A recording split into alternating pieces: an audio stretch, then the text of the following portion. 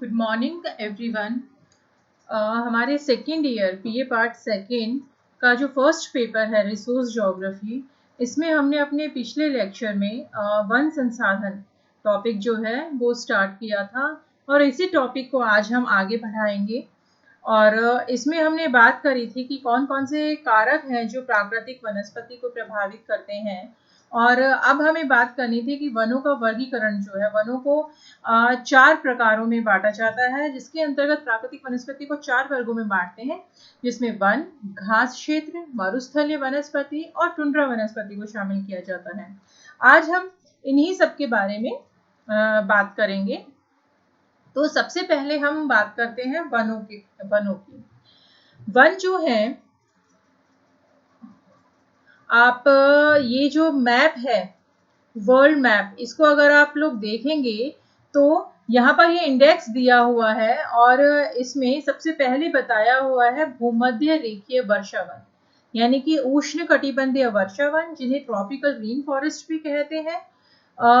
ये इसका विस्तार जो है, यहाँ पर आप देखें तो इधर ये अमेजन बेसिन अमेरिका में, साउथ अमेरिका में, यहाँ पर ये कांगो बेसिन अफ्रीका में, और यहाँ पर दक्षिण पूर्वी द्वीप समूह वाला जो एरिया है, इन भागों में ये जो भाग है, ये यहाँ बीच में से भूमध्य रेखा गुजर रही है, 0 डिग्री अक्षांश रेखा। इसके आसपास वाला जो क्षेत्र है, यहाँ पर ये भूमध्य रेखीय वर्षावन या उष्ण कटिबंधीय वर्षावन जो है ये मिलते हैं, क्योंकि ये वन उन क्षेत्रों में पाए जाते हैं जो भूमध्य रेखा के आसपास है। यहाँ पर अधिक वर्षा होती है, अधिक यहाँ पर तापमान पाया जाता है, और इसलिए यहाँ पर ये सदाबहार वन जो है ये मिलते हैं। इसके बाद इसमें दूसरा है मानसूनी वन। मानसूनी वन जो है, इनका विस्तार अगर आप देखेंगे तो यहाँ पर ये मुख्य रूप से भारत और ये दक्षिण पूर्वी एशिया वाला जो भाग है, यहाँ पर वियतनाम, लाओस, कंबोडिया, म्यांमार, इन वाले क्षेत्रों में मुख्य रूप से ये वन जो हैं ये मिलते हैं। और इसके अलावा महाद्वीपों का जो पूर्वी भाग है, यानी कि यहाँ पर आप दक्षिण अमेरिका में अगर देखें तो ये वाला जो हिस्सा है, पूर्वी भाग, ब्राजील का पूर्वी तट और अर्जेंटीना वाला, यहाँ पर ये वाला जो है अफ्रीका में पूर्वी तट, और ऑस्ट्रेलिया का ये वाला जो भाग है, यहाँ उत्तर पूर्वी ऑस्ट्रेलिया में, इधर यहाँ पर ये जो मानसूनी वन है, और यहाँ पे मध्य अमेरिका वाले भाग में यहाँ पर मानसूनी वन जो है इनका विस्तार पाया जाता है। इसके बाद तीसरा है शीतोष्ण पर्णपाती वन। शीतोष्ण पर्णपाती वन जो है, इनका अगर हम विस्तार देखें तो ये वन मुख्य रूप से यहाँ पर यूरोप वाला ये वाला जो भाग है, ये यहाँ पर, और इधर उत्तरी अमेरिका का जो पूर्वी यूएसए का जो भाग है, यहाँ पर ये वन मिलते हैं। इसके अलावा ये थोड़े से यहाँ पर इनका जो विस्तार है वो मुख्य रूप से यहाँ यूरोप में, पूर्वी उत्तरी अमेरिका में, और ये वाला जो भाग है चाइना वाला, एशिया में चाइना वाला जो भाग है, यहाँ पर इनका विस्तार जो है वो पाया जाता है। इसके बाद आते हैं शीतोष्ण सदापर्णी वन, जिन्हें कि भूमध्य सागरीय वन भी कहा जाता है। इनका विस्तार मुख्य रूप से भूमध्य सागर है, ये यूरोप और अफ्रीका के बीच में, इसके चारों ओर वाले जो देश हैं, इधर स्पेन, थोड़ा सा फ्रांस, इटली, ये वाले, और इधर अल्जीरिया वाला जो अफ्रीका में ऊपर की तरफ भाग, यहाँ पर ये मुख्य रूप से मिलते हैं।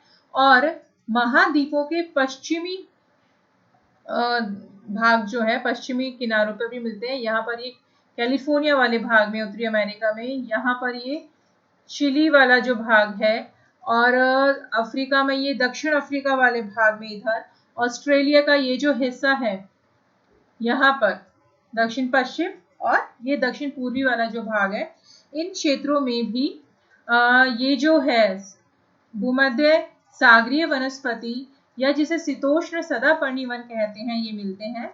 इसके बाद अंतिम है इसमें शीतोष्ण शंकुधारी वन या जिन्हें टैगा वन भी कहा जाता है, ये इधर उत्तरी अमेरिका में और इधर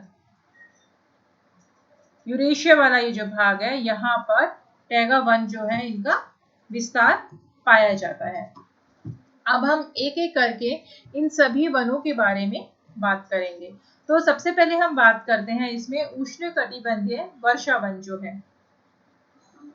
उष्णकटिबंधीय वर्षा वन जो है ये भूमध्य रेखा के समीप 10 डिग्री उत्तर से 10 डिग्री दक्षिण अक्षांशों के मध्य पाए जाने वाले कठोर लकड़ी वाले सदापर्णी वन है। ठीक है, इन वनों के में जो वृक्ष मिलते हैं उनकी लकड़ी कठोर होती है। यहाँ पर वर्ष भर उच्च तापमान यानी कि 27 से लेकर के 30 डिग्री सेल्सियस तापमान, औसत वार्षिक वर्षा भी अधिक होती है। यहाँ पर 200 सेंटीमीटर से अधिक यहाँ पर औसत वार्षिक वर्षा होती है और दैनिक व वार्षिक तापांतर जो है वो बहुत कम पाया जाता है, अत्यल्प होता है, 2 से लेकर के 4 डिग्री सेल्सियस रहता है। उष्णकटिबंधीय वर्षा वन के जो ये क्षेत्र हैं भूमध्य रेखा के आसपास वाले क्षेत्र, यहाँ पर आर्द्रता जो है वो अधिक पाई जाती है और इन क्षेत्रों में 70% भाग जो है वो वृक्षों से, पेड़ों से भरा हुआ है। यहाँ पर इतने अधिक मात्रा में वृक्ष मिलते हैं। यहाँ पर प्रतिदिन दोपहर के बाद गरज और चमक के साथ वर्षा होती है और इन वनों का विस्तार जो है वो चौड़ी पत्ती वाले वर्षा वन लैटिन अमेरिका में अमेजन बेसिन तथा मध्य अमेरिका, कांगो बेसिन अफ्रीका में, गिनी तक अफ्रीका में, मलाया, इंडोनेशिया, न्यू गिनी, दक्षिण पूर्वी एशिया में अधिक इनका विस्तार जो है वो मिलता है। अब अगर हम उष्णकटिबंधीय वर्षा वनों की विशेषताओं के बारे में देखें तो उष्णकटिबंधीय आर्द्र जलवायु के कारण यहाँ पर विभिन्न प्रकार के वृक्ष सघन रूप में उगते हैं जो कि चौड़ी पत्ती वाले सदापर्णी वन है। आप लोगों को पता ही होगा कुछ वन जो होते हैं वो सदापर्णी होते हैं, कुछ वन पर्णपाती वन होते हैं। तो इन दोनों में डिफरेंस क्या है? सदापर्णी वन जो होते हैं वहां पर क्या होता है कि जो विभिन्न वृक्ष होते हैं वो एक निश्चित समय में अपनी पत्तियां नहीं गिराते। इसके कारण क्या होता है कि वन जो होते हैं वो हमेशा ही हरे भरे नजर आते हैं। वहां पे हर मौसम में किसी ना किसी प्रजाति के वृक्षों में पत्तियां होती हैं, इसलिए उनको सदाबहार वन कहते हैं। जबकि पर्णपाती वन जो होते हैं उनमें जो वृक्ष होते हैं वो सभी एक निश्चित ऋतु में, ग्रीष्म ऋतु में वो क्या करते हैं, एक साथ अपने पत्ते जो है वो गिरा देते हैं। तो एक साथ वन जो है पूरा वो पर्ण विहीन हो जाता है, पत्तियों रहित हो जाता है, इसीलिए उनको पर्णपाती वन कहते हैं। और फिर वापस वर्षा ऋतु में उनमें पत्ते आने लगते हैं, वसंत में पत्ते वापस आने लगते हैं। अब उष्णकटिबंधीय वर्षा वन जो है यहाँ की लकड़ी जो है वो अत्यधिक कठोर होती है और मजबूत होती है, इसीलिए यहाँ के वनों की जो लकड़ी होती है उसका इमारती उपयोग, पुल बनाने में उपयोग, रेलगाड़ियों में, लटकों में, फर्नीचर आदि बनाने में मुख्य रूप से उपयोग किया जाता है। यहाँ पाए जाने वाले प्रमुख वृक्ष जो है वो mahogany, cinchona, rubber, ebony, rosewood, gutta percha, बांस, बैन आदि हैं। इन वृक्षों की अत्यंत सघनता और समीपता के कारण मनुष्य द्वारा इन वनों से गुजरना बहुत मुश्किल होता है। नामुमकिन नहीं होता लेकिन बहुत मुश्किल होता है। यहाँ पर विविध प्रजाति के वृक्ष जो है वो एक साथ पाए जाते हैं, यानी कि ऐसा नहीं होता कि एक प्रजाति के वृक्ष एक जगह पे हो, दूसरी प्रजाति के वृक्ष अलग जगह पे हो, बल्कि सारी प्रजातियों के वृक्ष जो है वो एक साथ मिले जुले होते हैं। इसलिए यहाँ पर कटाई का काम जो होता है वो थोड़ा सा, एक प्रजाति के वृक्षों का एक साथ कटाई का काम थोड़ा मुश्किल होता है यहाँ पर करना।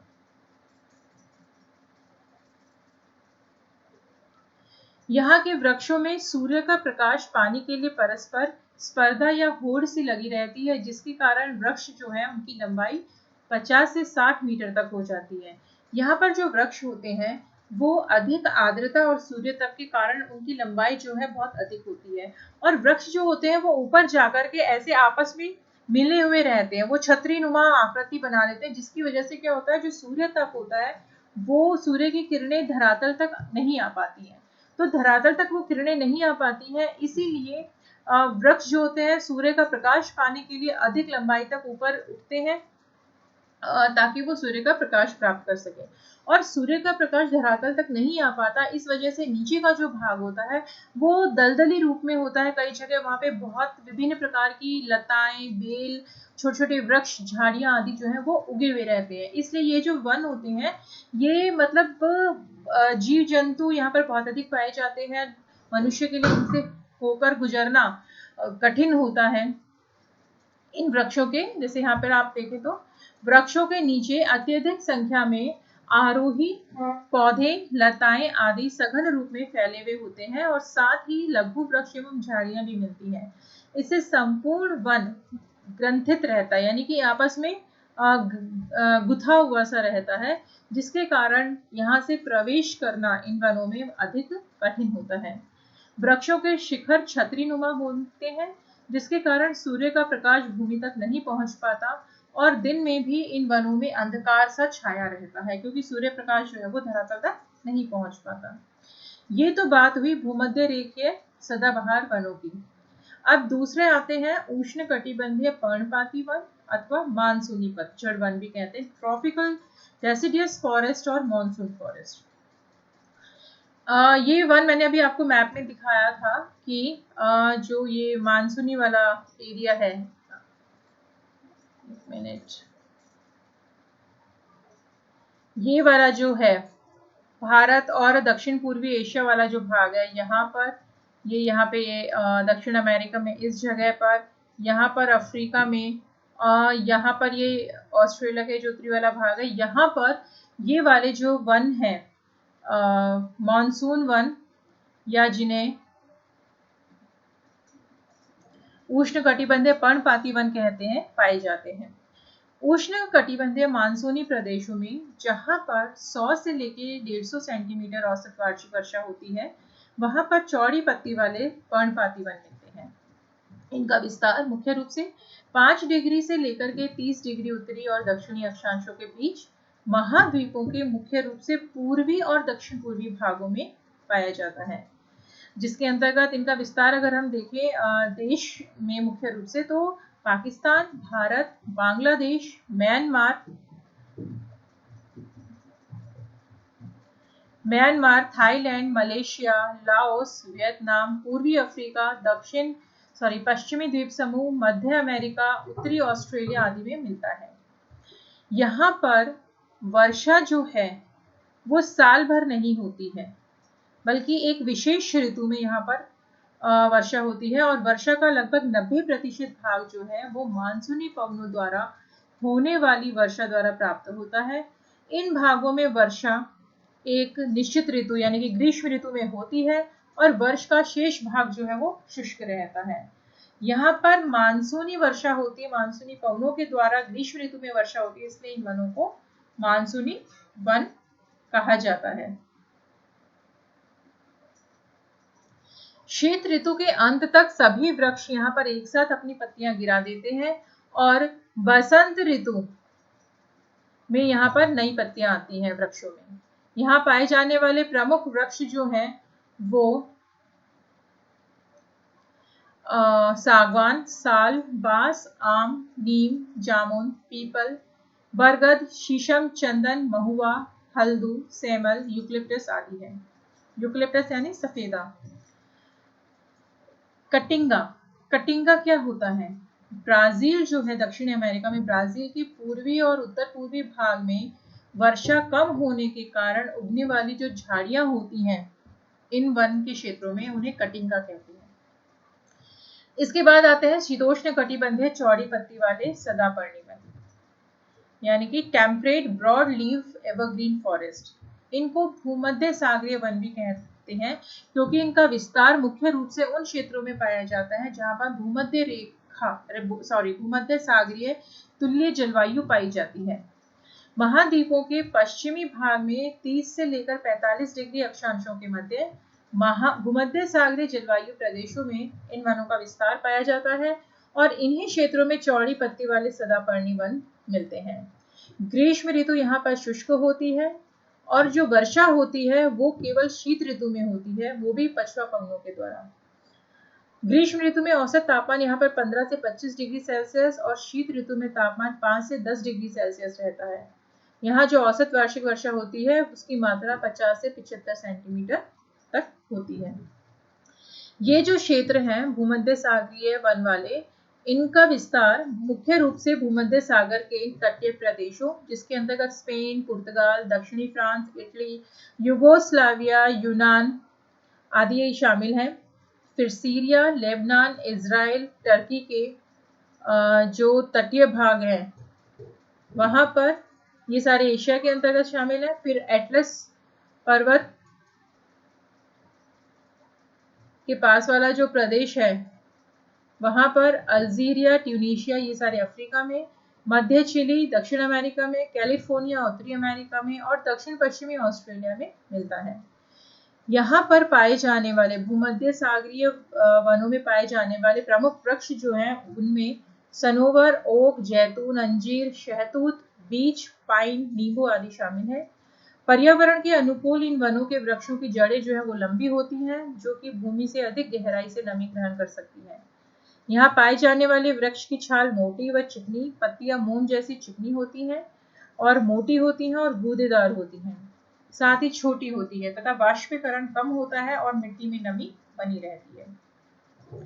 इसके बाद आते हैं शीतोष्ण कटिबंधीय चौड़ी पत्ती वाले पर्णपाती वन, जिन्हें temperate broad leave deciduous forest कहते हैं। ये वन जो हैं ये उत्तरी गोलार्ध में मुख्य रूप से पाए जाते हैं और इनका विस्तार जो है वो 40 से लेकर 60 डिग्री उत्तरी अक्षांशों और दक्षिणी गोलार्ध में 35 से लेकर के 50 डिग्री दक्षिणी अक्षांशों के बीच है। और ये वन शीतोष्ण प्रदेशों जैसे पश्चिम यूरोप तुल्य, सेंट लॉरेंस तुल्य और चीन तुल्य जलवायु वाले प्रदेशों में मिलते हैं।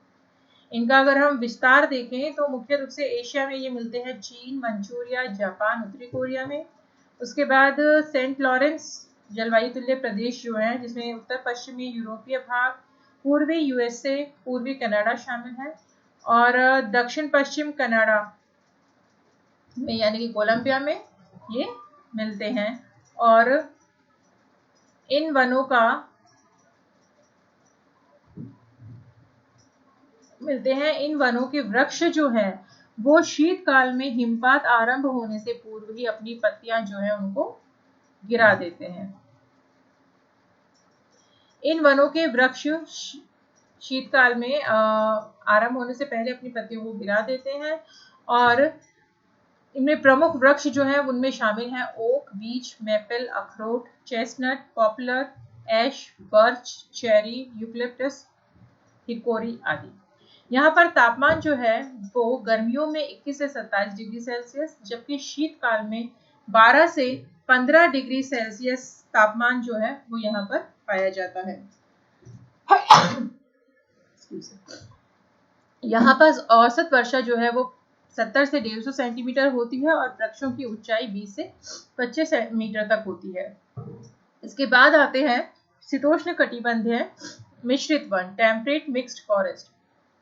ये वन मध्य अक्षांशीय प्रदेशों में जहां पर आर्द्रता अधिक व शीत ऋतु अधिक शीतल होती है, चौड़ी पत्ती वाले और नुकीली पत्ती वाले यानी कि शंकुधारी वन जो है और चौड़ी पत्ती वाले वन और शंकुधारी वन जो है वो मिश्रित रूप में पाए जाते हैं। चौड़ी पत्ती वाले वृक्षों की पत्तियां गर्मी में पनपती हैं किंतु शीत ऋतु में हिमपात के कारण झड़ जाती है, जिसमें ओक, बर्च, बीच, मेपल, ऐश शामिल है। ध्रुवीय छोर पर शीतल शीत ऋतु में कोणधारी वृक्ष जिसमें पाइन, फर आदि शामिल है यहाँ पर पाए जाते हैं। इसके बाद आते हैं शीतोष्ण कटिबंधीय शंकुधारी वन, टेम्परेट कॉनिफरस फॉरेस्ट। इन्हें टैगा वन या बोरियल वन भी कहा जाता है।